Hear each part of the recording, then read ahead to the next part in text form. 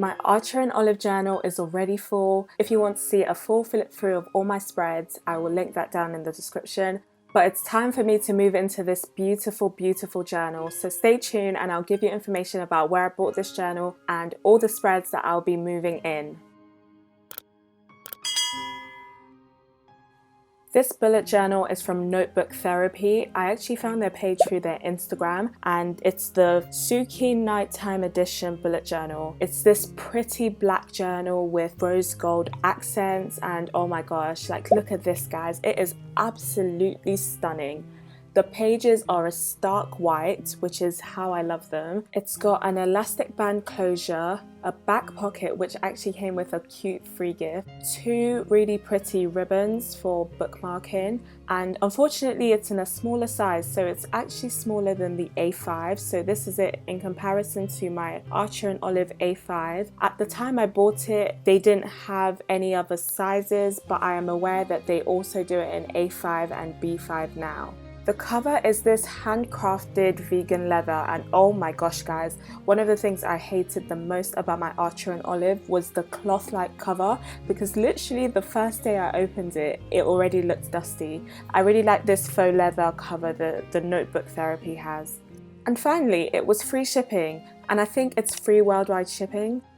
Now for the planning. So I do all my planning for my spreads in this other notebook. So this is just a random thin notebook that I had around my house, and I use it to plan all my plan with me's and all my spreads before I do them. It just helps me with my structure so that I have an idea of what anything can actually look like before I finally put it together.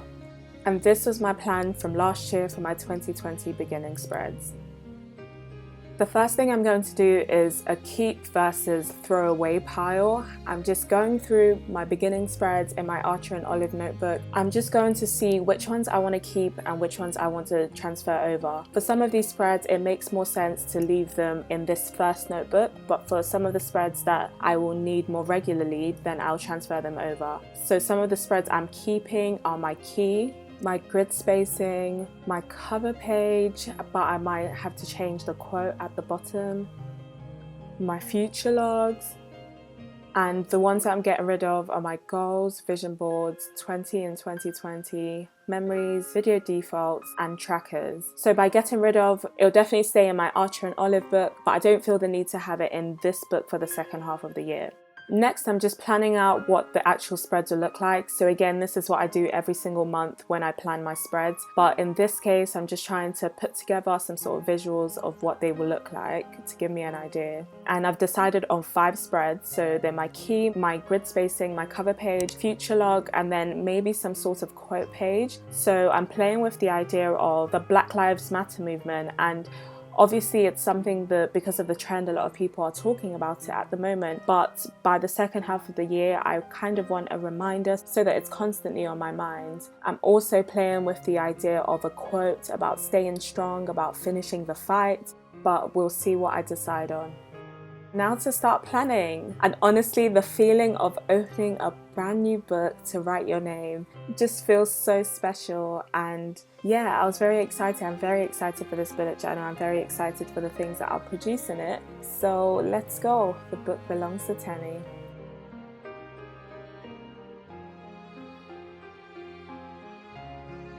Because of the binding, I'd like to use this first page as a key. I don't use my key regularly because I've been bullet journaling for a while now, so I remember all the symbols I use on the daily basis, but I can't imagine putting a proper spread here just because of the binding and the weird way that it's stuck down. For this spread, I'm doing the exact same thing as I had last time, so I'm going for the same black and gold theme. It's just going to be the title key in a gold box with all my keys. I am adding a few symbols that I've found along the way. So most of my symbols are synonymous with the ones that Ryder Carroll, the inventor of the bullet journal, uses. So I've got a dot for a task, a cross for complete a task, and the rest as you can see on screen. I've also got the event key, and some of the ones that I've added for myself.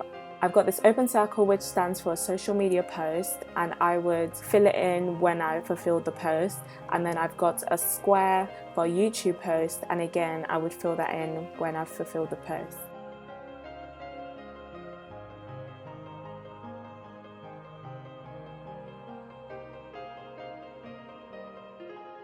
Next, I've got my grid spacing sheet.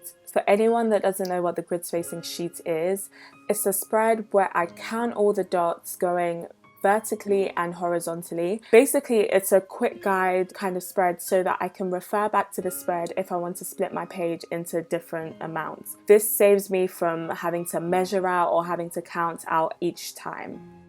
And I've just got grid written in gold and a simple cursive for spacing in the same way I had it at the start of my previous journal.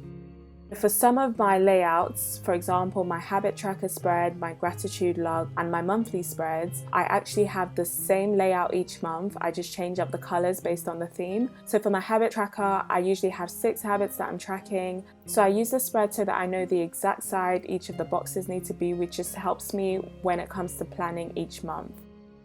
So here's my grid spacing spread.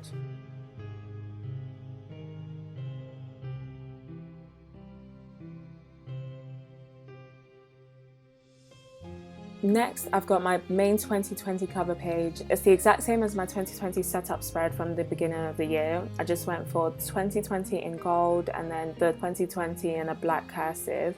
I also have this gold section at the bottom, which is where for my last setup I had the year of consistency, which is my goal for 2020. But this time I've put let's try again. Everyone knows 2020 has been a horrific mess, and obviously we're just trying to make the most out of it as individuals, but it's a promise to myself just to try 2020 again. We can turn this year around. And here's my cover page.